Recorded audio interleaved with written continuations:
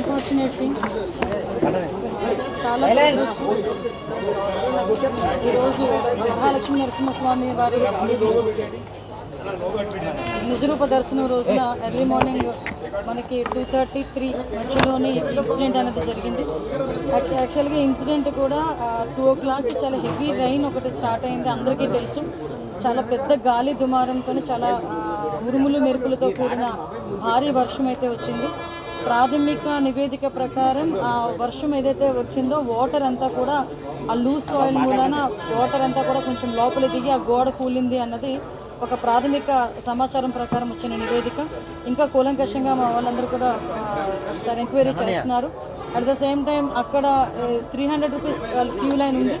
ఆ queue line అక్కడ just కరువు ఉంటుంది అనమాట. అంతవరకు అంత హెవీ క్రౌడ్ కూడా లేరు. జస్ట్ కరువు మూలన ఒక జస్ట్ కొంచెం క్రౌడ్ అక్కడ ఉన్నారు. అది మూవ్ అవుతూనే ఉన్నారు, ఎక్కడ కూడా మనకి ఆగిపోవడం కానీ అంటువేం లేదు. చాలా అన్ఫార్చునేట్ థింగ్, ఆ గోడ పడిపోవడం వలన సుమారుగా 7 ప్రాణాలు కోల్పోవడం జరిగింది. అందులో 4 పురుషులు ఉన్నారు, 3 స్త్రీలు ఉన్నారు. ఇంకా మిగతా రెస్క్యూ ఆపరేషన్స్ కూడా జరుగుతున్నాయి. సంఘటన జరిగినది అని తెలిసిన వెంటనే ఇమీడియట్గా ఎస్డీఆర్ఎఫ్ బృందాలు, ఫైర్ డిపార్ట్మెంట్, పోలీస్ డిపార్ట్మెంట్, అదేవిధంగా ఇక్కడ పనిచేస్తున్న వాలంటీర్స్ చిన్నపిల్లలైనా వాళ్ళకి చేతులెత్తి దండం పెట్టాలి.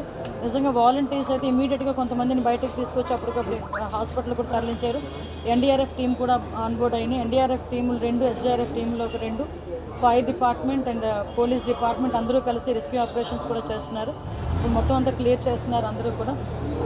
నిజంగా చనిపోయిన వాళ్ళ కుటుంబాలందరికీ కూడా ప్రగాఢమైన సంతాపం తెలియజేసుకుంటున్నాం. గవర్నమెంట్ తరఫున కూడా మ్యాక్సిమం అన్ని ప్రికాషన్స్ తీసుకున్నాం. కేవలం ఈ భారీ వర్షము, అదేవిధంగా ఈ గాలి దుమారం వల్ల మ్యాక్సిమం జరిగిన ఇన్సిడెంట్ ఇది ఒక యాక్సిడెంట్. దయచేసి ఇంకా ఫర్దర్గా డీటెయిల్స్ అన్నీ వస్తాయి. అప్పుడు మీకు అన్ని యాంగిల్స్ నుండి మేము దర్యాప్తు చెప్తామండి.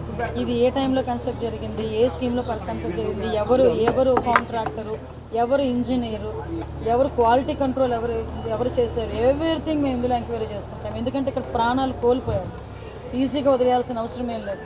ఇందులో గవర్నమెంట్ కూడా చాలా సీరియస్గా ఉంది. అన్ని కోణాల్లో నుంచి కూడా మేము విచారణ జరుపుతాం. ఎవరైతే బాధ్యులు ఉన్నారో బాధ్యులు కఠినంగా శిక్షించే ప్రక్రియ గవర్నమెంట్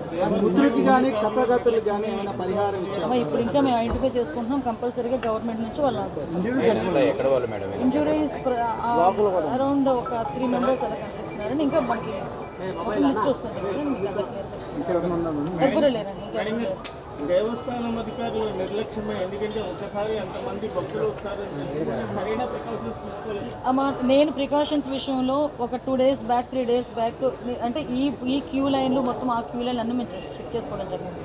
ఇది అన్ఫార్చునేట్ థింగ్. అక్కడ గోడ ఉంది. ఆ గోడ పిల్లర్తో కట్టాడా, సిమెంట్తో కట్టాడా, బ్రిక్తో కట్టాడా అన్నది ఎవరు కూడా మేము చూసుకోవడానికి మాకు. కానీ విషయం ఏంటవుతుందంటే అక్కడ విపరీతంగా వర్షం పడింది. మీకు తెలుసు, మీరు ఆ టైంలో ఉన్నారు. నేను కూడా వర్షంలో తడుచుకునే దర్శనం చేసుకుని వచ్చాను. నేనే కాదు, పట్టు వస్త్రాలు సమర్పించడానికి వచ్చిన రెవెన్యూ మినిస్టర్ గారు కూడా వర్షంలో తడుచుకుని వెళ్ళారు. భారీ వర్షంలో తడుచుకుని వెళ్ళాము. ఈ వర్షం నేను దర్శనం చేసుకుని బయటకు వచ్చాను. ఇలా ఇన్ఫర్మేషన్ వచ్చింది గోడ కూలిందని. 1 or 2 injuries అన్నారు. అయినప్పటికీ కూడా నేను వచ్చి చూస్తానని చెప్పి నేను పుట్అవుట్ని వచ్చాను. అప్పటి నుంచి ఇప్పటి వరకు మేము ఇక్కడే ఉండడం జరిగింది. అంటే ఎక్కడా కూడా రెస్క్యూ ఆపరేషన్స్లో కానీ నిర్లక్ష్యం వహించడం కానీ ఎక్కడ కూడా నేను చేయలేదు. ఇమీడియట్గా క్షతగాతులు ఎవరైతే ఉన్నారో వాళ్ళందరినీ కూడా హాస్పిటల్కి తీసుకెళ్ళి మేము పంపించడం జరిగింది. మిగతా రెస్క్యూ ఆపరేషన్స్ కూడా జరుగుతున్నాయి. ప్లీజ్ మిగతా అన్ని కార్యక్రమాలు చేసుకోవాలి.